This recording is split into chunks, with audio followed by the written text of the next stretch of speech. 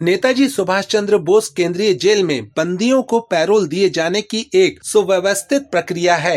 अच्छे आचरण और पारिवारिक परिस्थितियों के आधार पर बंदियों को पैरोल दी जाती है, जिसमें परिवार की जानकारी लेना और अन्य कानूनी औपचारिकताएं पूरी करना शामिल है। जेल प्रशासन के अनुसार हर साल औसतन 400 बंदियों को पैरोल पर छोड़ा जाता है। पिछले 10 वर्षों में लगभग 4000 बंदियों को पैरोल मिली है। वर्तमान में 12 बंदी पैरोल पर जेल से बाहर हैं। हालांकि कुछ बंदी पैरोल अवधि पूरी करने के बाद भी फरार हो जाते हैं, जिससे उनकी जमानत जब्त कर ली जाती है और उनके खिलाफ कानूनी कार्रवाई की जाती है। जेल अधीक्षक अखिलेश तोमर ने बताया कि पैरोल से फरार होने वाले बंदियों के खिलाफ भारतीय दंड संहिता की धाराओं के तहत केस दर्ज किया जाता है और उन्हें किसी भी प्रकार की कानूनी या प्रशासनिक सुविधाओं से वंचित कर दिया जाता है।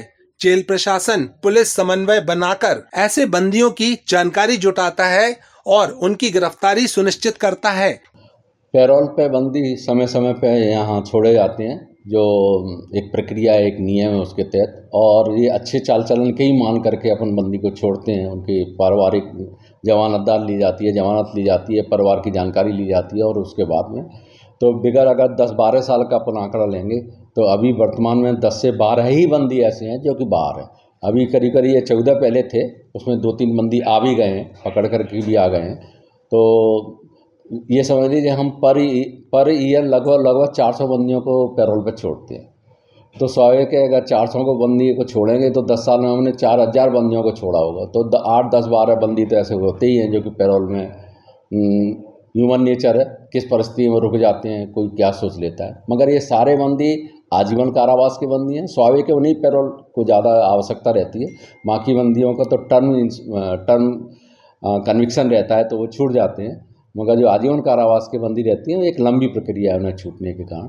तो ये सारे आजीवन कारावास के बंदी हैं और आज की स्थिति में लगभग 12 बंदी हैं जो कि बाहर हैं, जिनकी सर्च जारी है। सर, जो फरार हो जाते हैं उनको दोबारा फिर क्या पैरोल दी जाती है? नहीं, जो फरार हो जाते हैं उनका चाल चलन स्वाभाविक है, अच्छे चाल चलन पर है, तो उनको फरार होने पर न सिर्फ उनके जमानतदार की जमानत जब्त होती है 224 की पूर्व, उसमें जो फरारी का जो प्रकरण था आईपीसी पुराना तो बदल गई है धारा, उसके अंतर्गत उनके पास में केस दर्ज होता है और जो जितनी भी सुविधाएं उन सुविधाओं से वंचित कर दिया जाता है। तो सर, जो बंदी नहीं आए हैं पैरोल पे जाने के बाद तो उनको सब्जी के लिए क्या पुलिस शिकायत की है? हाँ, एफआईआर दर्ज है सबकी, पुलिस में एफआईआर दर्ज है और उनकी सर्चिंग समय समय पर पुलिस के द्वारा की जाती है जैसे जैसे उन्हें जानकारी प्राप्त होती है। बीच बीच में हमारे द्वारा भी पुलिस को इस बात का रिमाइंड करा जाता है कि ये बंदी बाहर हैं, फरार हैं, इन्हें पकड़ना है। केंद्रीय जेल में करीब 3000 बंदी बंद हैं, जिनसे प्रतिदिन लगभग 20% बंदी किसी न किसी बीमारी से ग्रसित होते हैं। इनका नियमित स्वास्थ्य परीक्षण किया जाता है। समय समय पर बाहरी विशेषज्ञ डॉक्टरों को बुलाया जाता है और जेल में ही इलाज की सुविधा दी जाती है।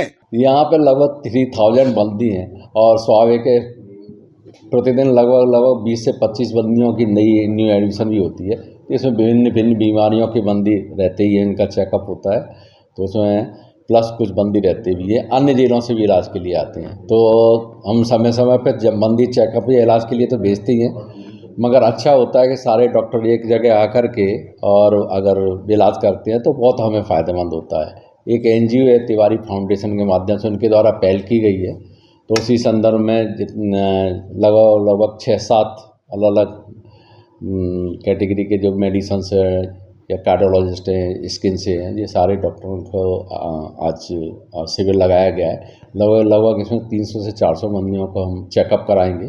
कुछ बंदियों का पहले से इलाज चल रहा है तो स्वाभाविक है उन्हें स्पेशलाइज इलाज ट्रीटमेंट मिल जाएगा। अच्छी बात यह है कि इसमें जो इन बंदियों को आ जाते हैं जिन्हें पुलिस गार्ड का वहाँ में हम चेकअप कराने में डिले होते हैं, वो हमको यहाँ सुविधा मिल जाएगी और दवाइयाँ भी साथ साथ में वितरित होंगी। अगर किसी को आई भी डॉक्टर आएगी, उनके चेकअप में अगर चश्मे की आवश्यकता होगी तो वो भी उपलब्ध कराई जाएगी। सर, इसमें कार्डियोलॉजिस्ट डॉक्टर हैं, यूरोलॉजिस्ट हैं, अगर कोई गंभीर समस्या पाई जाती है तो उसके लिए हाँ, अगर ये चेकअप करेंगे और चेकअप में बहुत स्वाभाविक है बहुत से इंस्ट्रूमेंट्स यहाँ नहीं आ पाते हैं और ये कुछ बंदियों को वो पाते हैं कि फर्दर और अधिक चेकअप की आवश्यकता है। जैसे कार्डियो की बात की तो उसमें तो ईको वगैरह होती है, टीएमटी वगैरह होती है, तो फर्दर उनको भेजते हैं, हम भेजेंगे अगर डॉक्टर जिनको रेफ़र करेगा।